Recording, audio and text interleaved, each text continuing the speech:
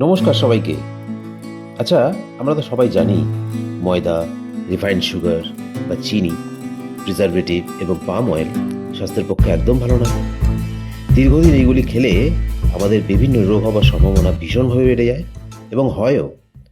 তবে আমরা কেন প্রতিদিন বিস্কুট নিয়মিত খাই? কারণ বিস্কুটে তো এগুলো সবই আছে। এইসব জেনেও ঘরের ছোট ছোট বাচ্চাদের এই সমস্ত বিস্কুট কিভাবে খাওয়াবেন? ভয় হয় না? চলুন এই ভয় থেকে আপনাদের আজ মুক্তি দিই। ঘরেই বানিয়ে নিন এই সমস্ত refined sugar, palm oil, preservative এবং ময়দা ছাড়া হেলদি, টেস্টি, একদম সুস্বাদু বিস্কুট।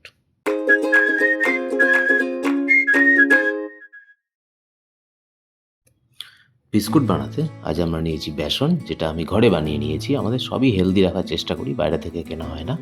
তারপর নিয়েছি সিল্কা টোস্ট, যেটা কেনার লিঙ্ক আপনারা ডেসক্রিপশনে পেয়ে যাবেন। এটাকে আমরা মিক্সিতে আটা করে নিয়েছি। এরপর আমরা নিয়েছি খাপলি আটা, যার লিঙ্ক আপনারা ডেসক্রিপশনে পেয়ে যাবেন। এরপরে নিয়েছি আমন্ড, তারপর নিয়েছি কাজু, তারপরে নিয়েছি সুজি, খাপলি আটার সুজি, তারপরে নিয়েছি বিলোনা ঘি,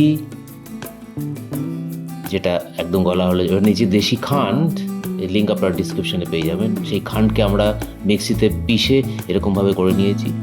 এবার এই ঘি আমরা এবার একটি বড় বাউলের মধ্যে বা বাটির মধ্যে এরকম করে দেবো।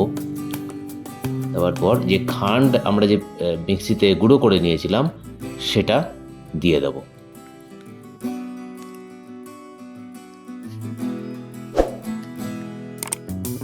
দিয়ে দেওয়ার পর আমরা এটাকে ভালো করে মিক্স করব। আপনারা এটাকে হ্যান্ড বিটার বা ইলেকট্রনিক্স বিটার, যেটা খুশি দিয়ে বিট করতে পারেন। তো এটাকে ভালোভাবে মেশাতে হবে। দেখুন আমি কীভাবে মিশিয়েছি। অনেকক্ষণ 10 মিনিট মতন টাইম লাগবে হয়তো এভাবে বিট করলে, কিন্তু এই থিকনেসই রাখতে হবে। এর থেকে বেশি তরল হবে না। ঘি আপনাকে থকথকে নিতে হবে। ঘি তরল, বেশি লিকুইড নিলে কিন্তু সেটা হবে না। এটাকে এরকমই রাখতে হবে। এরকম করে বিট করতে করতে বা ফেটাতে ফেটাতে এর মধ্যে এয়ার ঢুকবে এবং তবেই কিন্তু বিস্কুট ভালোভাবে হবে এবং ফুসফুসা হবে যাকে বলে। নয়তো কিন্তু বিস্কুট আপনার ভালো হবে না। এবার আমরা যে কাজু নিয়েছিলাম সেই কাজুটিকে মিক্সিতে অল্প একটুখানি পালস মোডে গুঁড়ো করে নেবো। পুরো গুঁড়ো করবো না, মোটামুটি রাখবো, তাহলে খেতে ভালো হবে, টেক্সচার ভালো হবে বিস্কুটের। তারপরে আমরা দেখুন এই যেটা বিট করে নিয়েছিলাম খান্ড এবং ঘি মিশিয়ে, সেটার মধ্যে এক এক করে আমরা বাদবাকি সমস্ত উপকরণগুলো দিয়ে দেবো। দিয়ে এগুলোকে মিক্স করব। আটা, ওটসের আটা, খাপলি আটা সব দিয়ে দিচ্ছি আমরা। বেসন বিস্কুটের টেস্টটা অত্যাধুনিক বাড়িয়ে দেবে, অত্যন্ত বাড়িয়ে দেবে। তারপরে নিয়েছি সুজি, খাপলি আটারই সুজি, ঘরে বানানো আমার। এবং এটাকে একটা হ্যান্ড বিটার দিয়ে আপনারা বিট করবেন। যদি না হয় তখন আপনারা এটাকে হাতে মাখার চেষ্টা করবেন। তো এটা হচ্ছে না অতটা, এটা এরকমই থাকে, এর থেকে বেশি লিকুইড আমরা রাখবো না। আমরা এটাকে যেন হাত দিয়ে ভালো করে মেখে নেব। একটু নুন দিচ্ছি, তাতে ভালো লাগবে, টেস্ট ভালো আসবে। সামান্য একটু নুন। এটা আমরা 1 চামচ মতন বেকিং পাউডার আর 1 চামচের 4 ভাগের 1 ভাগ নিয়েছি আমরা সোডা দিয়ে এবার এটাকে ভালোভাবে মাখবো।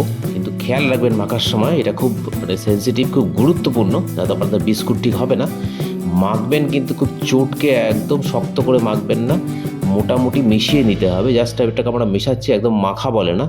একদম যদি আপনারা চটকে ভালো করে মিশিয়ে মাখেন তাহলে কিন্তু সেই বিস্কুট শক্ত হবে, খেতে ভালো হবে না। আমরা এইভাবেই মোটামুটি মিশিয়ে নেব।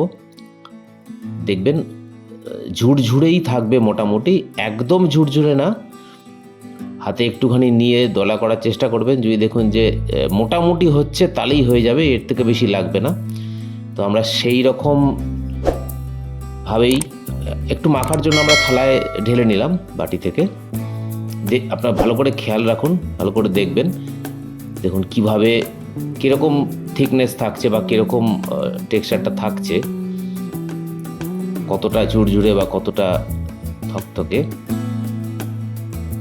একটু বেশি ঝুরঝুরে হয়ে গেছে। আমরা তখন, আপনারাও পারলে বা দরকার পড়লে তখন একটু ঘি অ্যাড করবেন, নয়তো নয়।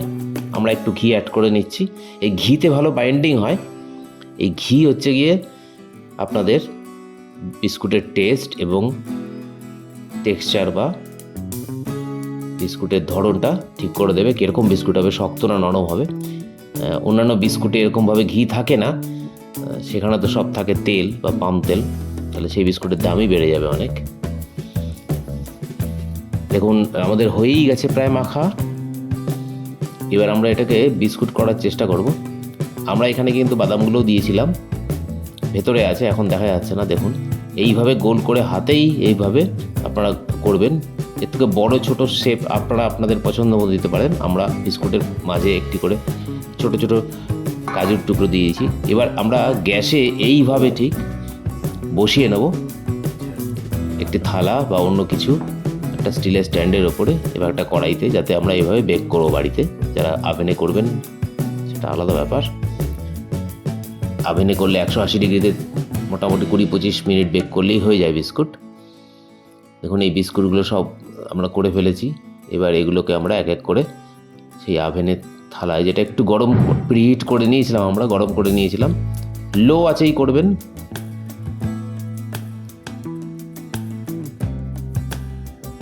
মোটামুটি 10-15 মিনিট এইভাবে দিয়ে তারপরে ঢেকে দেবেন।